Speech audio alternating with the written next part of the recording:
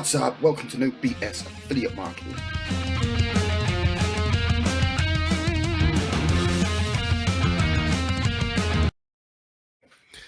Welcome to No BS Affiliate Marketing with your hosts, Andy Mattis, Pascal Kurtz. What's going on, everybody? Today we have a special anniversary. Andy and I met around a year ago, and what we want to do in this episode is to talk about our, let's say, learnings or biggest learnings in the last year of this journey, this marketing journey. There's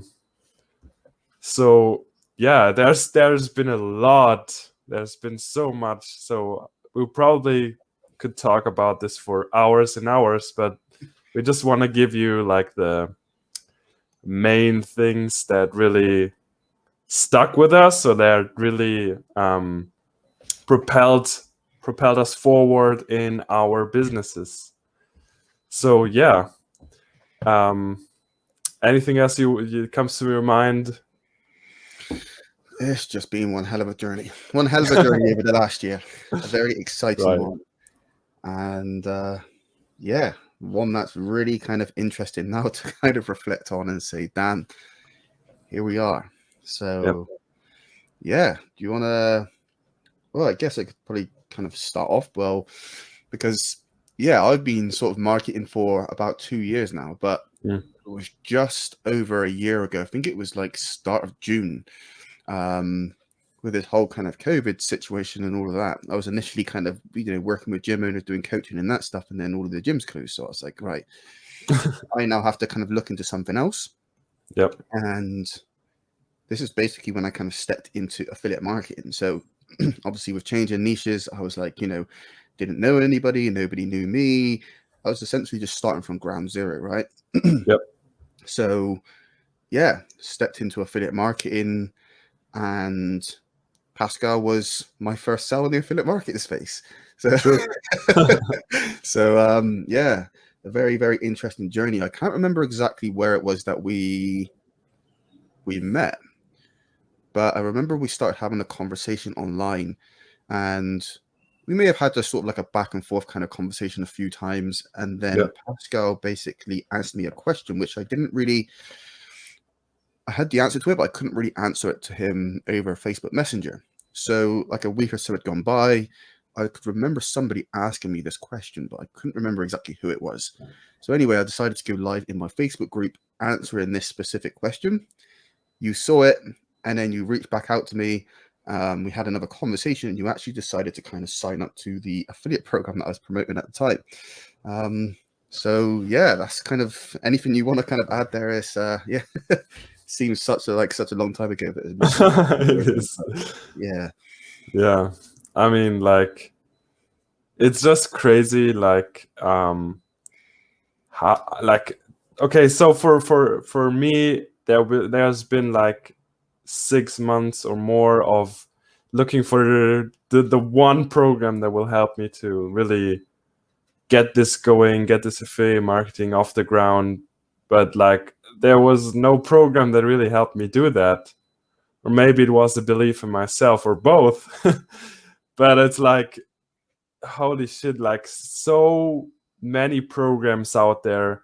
You don't know which one is the right one. And like, that's one thing, one of the major learnings. You just go with it and try and see if it works. Because like, if you just sit there and you kind of research on all those different programs, you never really take action, buy a program and see if it works.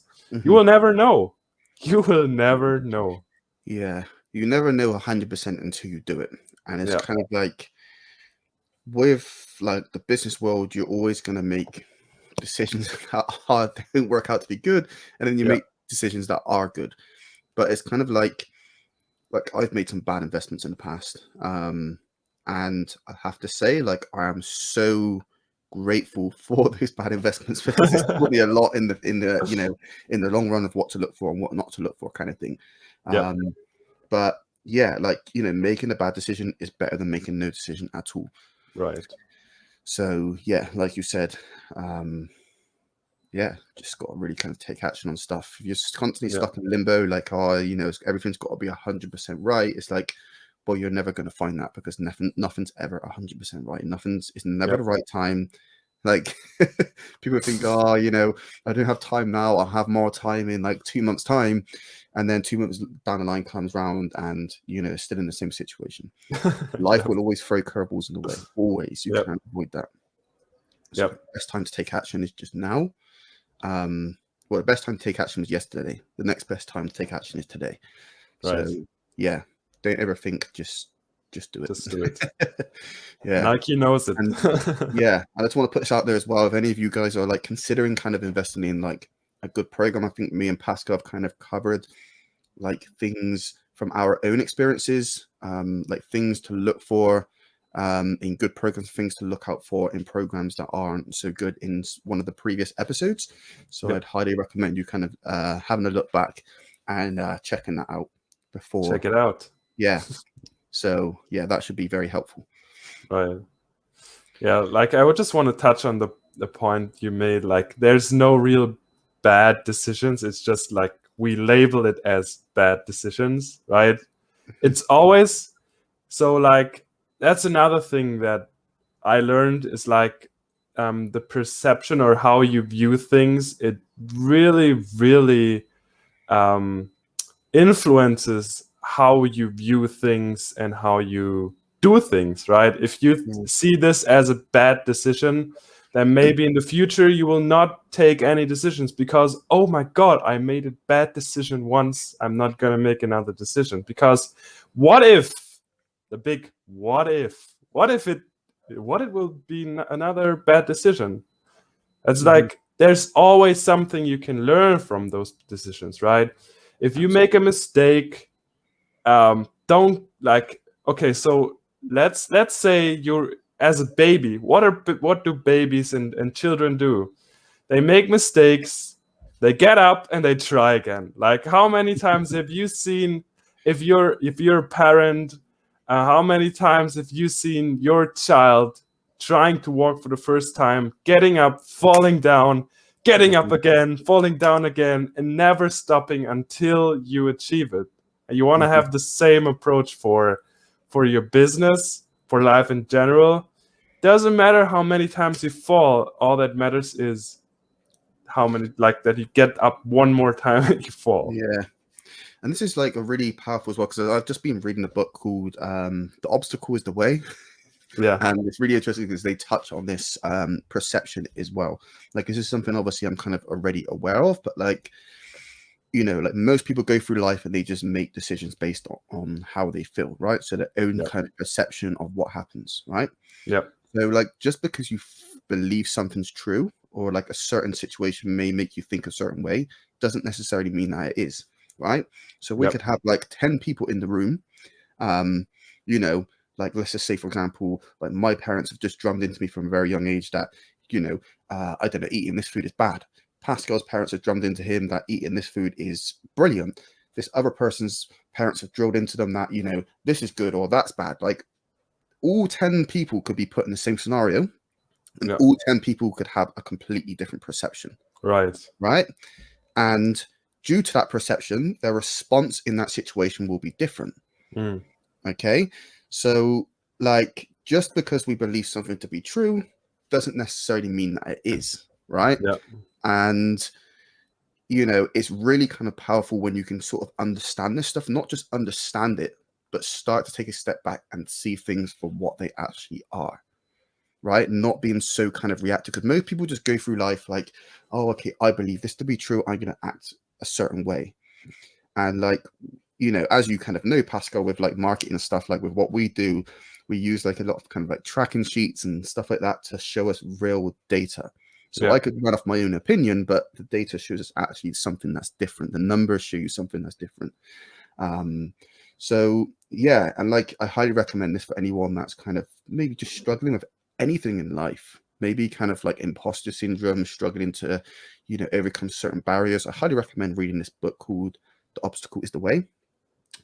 Really, really good book, and it's really just about learning how to kind of turn those challenges, those obstacles into opportunities, because often those obstacles are the necessary learning curves that you need to go through in order to achieve your goals. Yeah. Plain and simple. Like before I got into affiliate marketing, I went through like an 8-month span where I just didn't make a single penny online. And for anyone that's kind of experienced that, it was an extremely painstaking experience. Wanted to quit, partner asking me, when are you making some sales, all the kind of pressure, like wanting to quit my job, and just nothing was working. Yeah. And the easy thing for me to do would be just kind of throw in the towel, just keep working my job. But now it's funny, because now I've gone through that. It's like, oh my God, I am so glad that I went through that 8-month span, because now I'm able to teach my students the things not to do. Yeah. And it's funny because I see a lot of the kind of struggles that people experience, and it's like, yeah, I've experienced that before. So it's just very, very, very helpful. So yeah, a little bit kind of off topic there, but yeah, going back like a year ago, like, man, yeah, met Pascal. You started taking quantum leaps to kind of progress in your business. Got you to kind of jump on camera for the first time, all of this kind of stuff, man. So yeah, you got to just kind of sort of relive those moments. It's been, oh my God, yeah. So many things changed in just 1 year. It's crazy. It is. And that's another thing. I think people underestimate what they can actually accomplish in the space of a year. Yeah. They overestimate what they can achieve in like 30, 60 days and underestimate what they can actually accomplish in the space of a year. Yeah. So that's true. Yeah. That's the whole point of this. Like, the mindset we have now is improve every single day. And if you do this for a whole year, 10 years, oh my God, like, things change drastically for you. Literally. But all you need to do is put in the work and be consistent with it. Mm-hmm. And have the right guidance. I cannot stress how important that is. I see people literally, I've had students that have been online for 14 years. Like one of my clients, Dave King, he was online for 14 years. Srini was online for over 10 years, and he was just going in the wrong direction. And I have to tip a hat to them. These guys were obviously resilient to still be going after all of that time. Right. 14 years, like that's kind of crazy when I think about it. I'm 28 years old. And that is half of my lifetime, right? Yeah. That is absolutely an insane amount of time. Bonkers. Going in the wrong direction. And now, like, they kind of say it was like, especially with Dave, he was like, a series of kind of belief systems about, these cheap $7 programs that hit you with upsells, blah, blah, blah.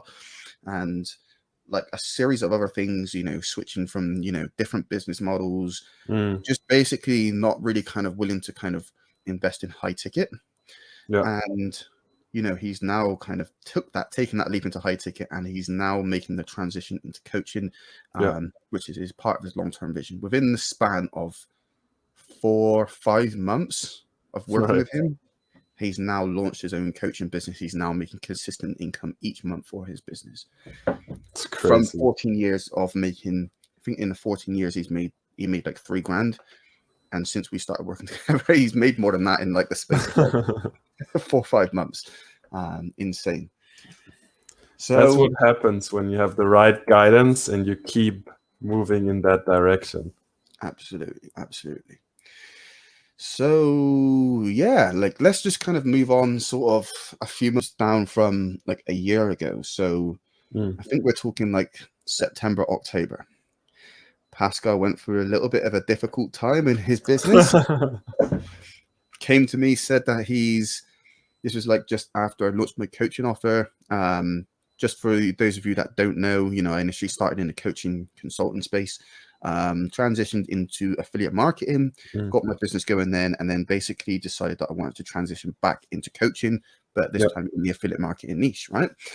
So I'd initially just kind of launched my coaching offer Pascal reached out to me shortly after. Oh man, I'm ready to quit. I need something to work. He said something along the lines of, I need something to work by the end of the month, or I'm going to have to start looking at other ways to make money. So why don't you kind of talk us through what was happening there and what happened shortly after? Yeah, it was a really difficult time. Not only business, personal life, stuff happened. Yeah, you know how life happens sometimes, and you just get thrown all this shit at you at once. So that's what happened there.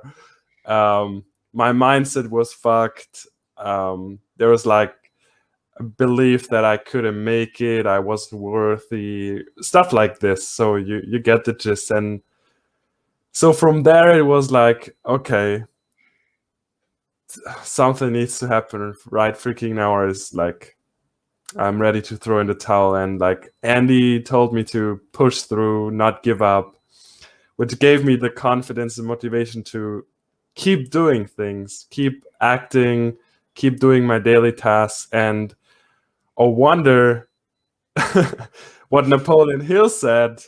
What was it like? I'm butchering his quote. Success lies just on the other side of a minor setback or failure. Yeah, exactly. Thank you. This is like why most people never actually experience this, because they don't understand this. It's like they hit that minor setback or failure and then they quit. Yep. And his success lies just on the other side. I cannot tell you how many times I've actually experienced this myself. But just to give you guys a bit of a background, like I said, I just kind of launched my coaching offer.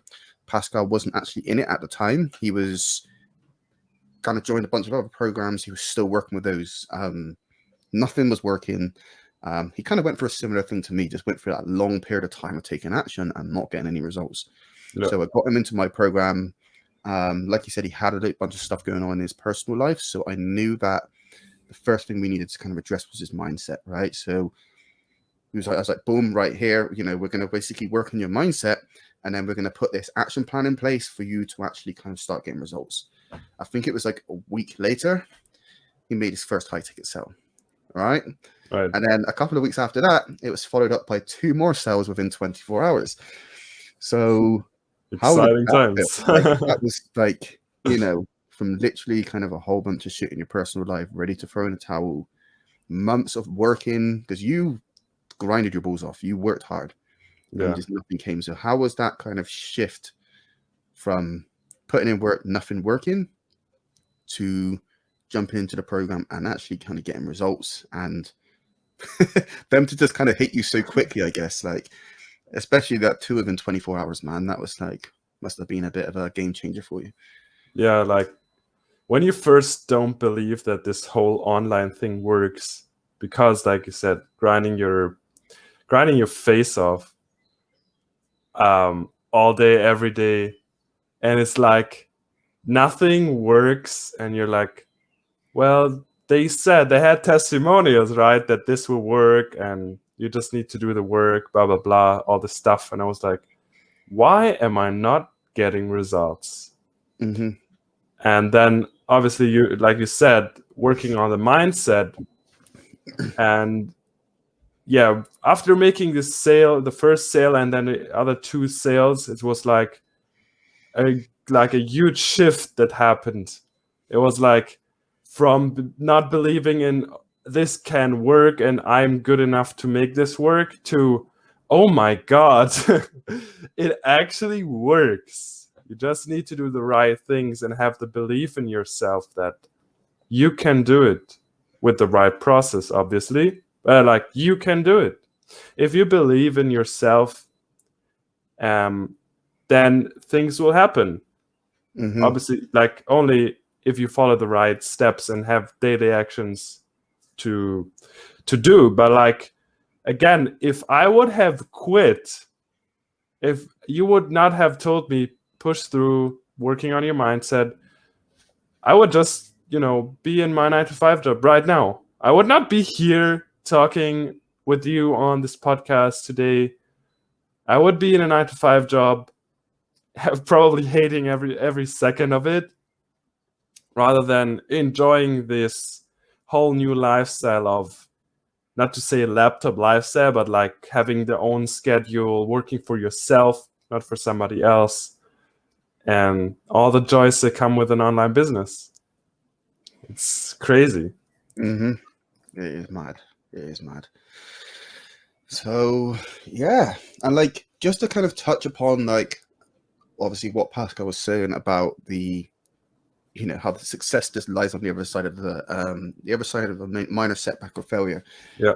Just to give you guys a bit of a background when this kind of happened to me was like I launched my coaching offer, things were going well, and then I hit a sales slump, right? I think I went for like a month or like 5-6 weeks without like any sales. I quit my job, had all of these kind of like poor like mindset kind of beliefs kind of going through my head. Did I make the right decision? Did I not? And my account literally hit negative balance, right? I had no money. My account hit negative balance. And then boom, what happened? 6 days, 6 sales, right? So, you know, that minor setback or failure was obviously that sales slump, my account going into negative balance. And then boom, you know, 6 sales in like 6 days. And then it's just kind of been sort of consistent every single month, like since.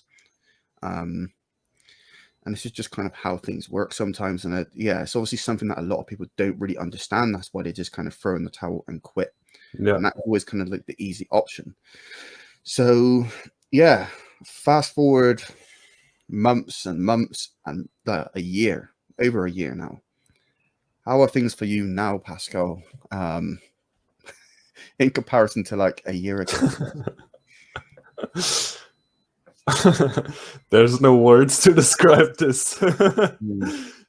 I mean, everything changed, like, and it's just a year. Like, for example, my view of the world, it changed completely. Like how I view things, how I perceive things.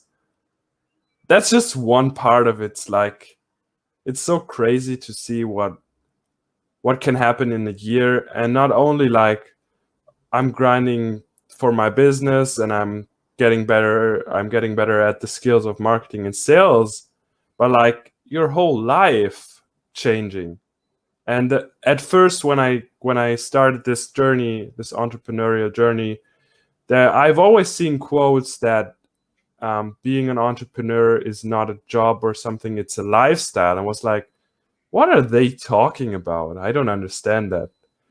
But now I do. It's like you in order for you to become successful, to have this success, to have consistent sales, pushing through all this pain, you have to work on this, because this is like your number one asset.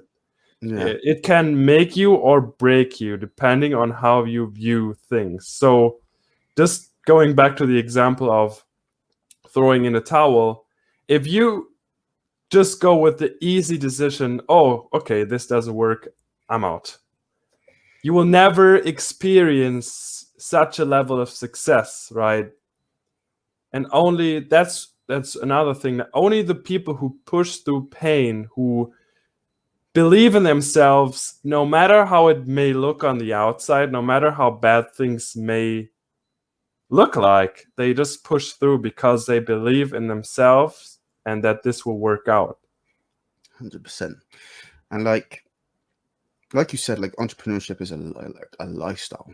And like, if someone was to ask me, like, what does entrepreneurship mean to you? Like, I've always had this as floating in the back of my mind. Like, for me, the answer is living a life of never-ending optimization. Right? So you do things, you fail, you optimize, you go again, right? Yeah. And this has literally gone to the point that you see this ring on my finger. This is called an Oura ring. Okay, it's a smart ring, and this is like an amazing kind of like sleep tracker, right? It's a smart ring. It doesn't just track sleep; it tracks like everything. But it's amazing because obviously, like, that's your main kind of recovery time, and just like down to little things, like I may say, all right, yeah, I'm going to go to bed at 9 o'clock. I'm going to wake up at 5 a.m. Right? I've had 8 hours sleep. But what I found from using this ring, like my perception is that I've had 8 hours sleep, right? So going back to perception. But what I found is like, because this thing tracks like REM, which is like rapid eye movement. I think this is like when you're kind of like dreaming, you're supposed to have so much of it each night.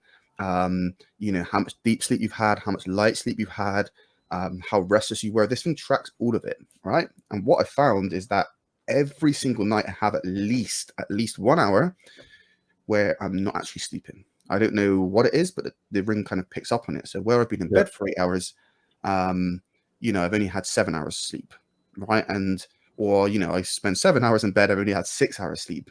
And it says for the average person that you really need to have between 7 to 9 hours of sleep. This thing tracks your performance throughout the day, all kinds of things. And again, my perception of certain things is completely different to the real data that I've actually been given, right? And now I'm able to kind of optimize certain things to improve my performance, because at the end of the day, if I'm constantly working and I feel tired all the time, you know, you're not going to be working at your best, are you? Right? And I highly recommend this to anyone. Like, doesn't matter if you're in business, you're like doing anything. Highly recommend it.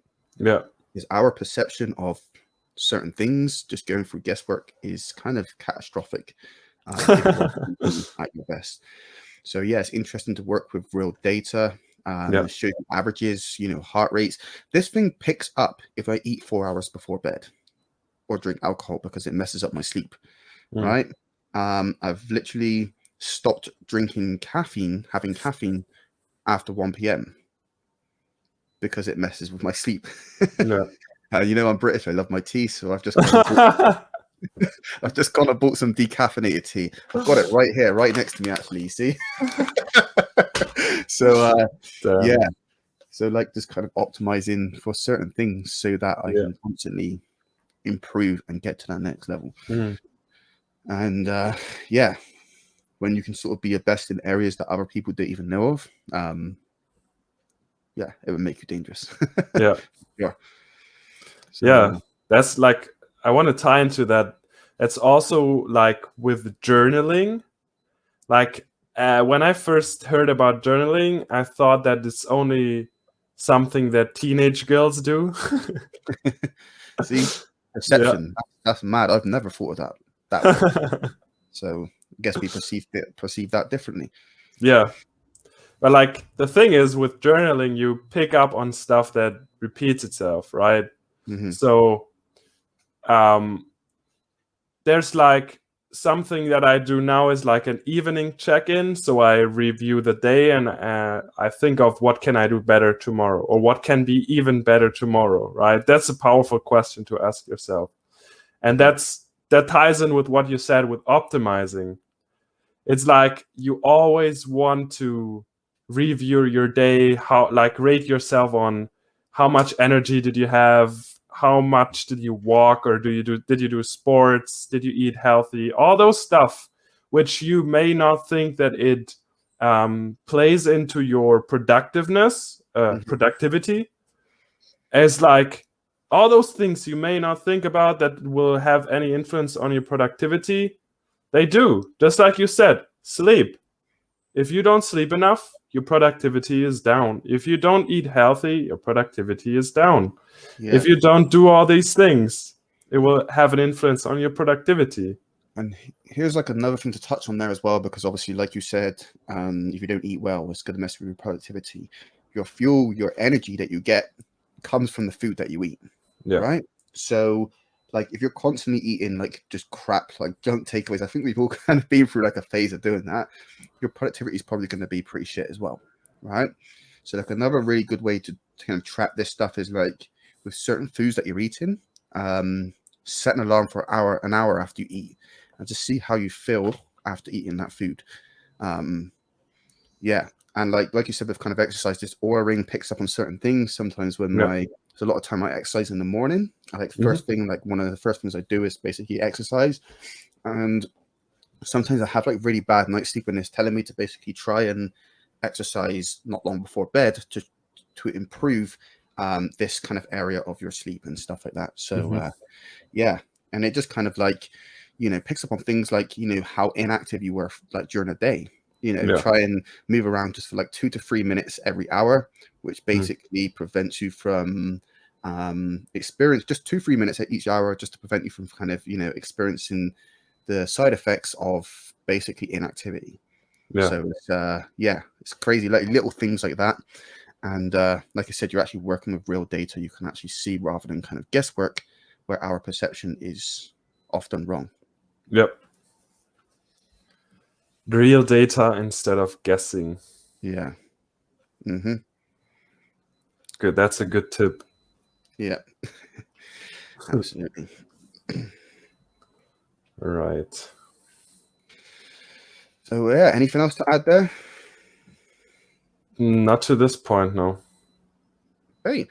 All right, so I really appreciate everyone kind of jumping on to listen to this podcast. Again, we would love to hear what you guys want to hear from us. What topics do you want us to cover? Okay, we're here to serve you. So I'd really appreciate if you left a comment down below and letting us know what you want to see from us. Don't forget to smash that love button. Don't forget to hit the subscribe. And we will catch you on the next episode. Take care. See you Bye. then. Bye.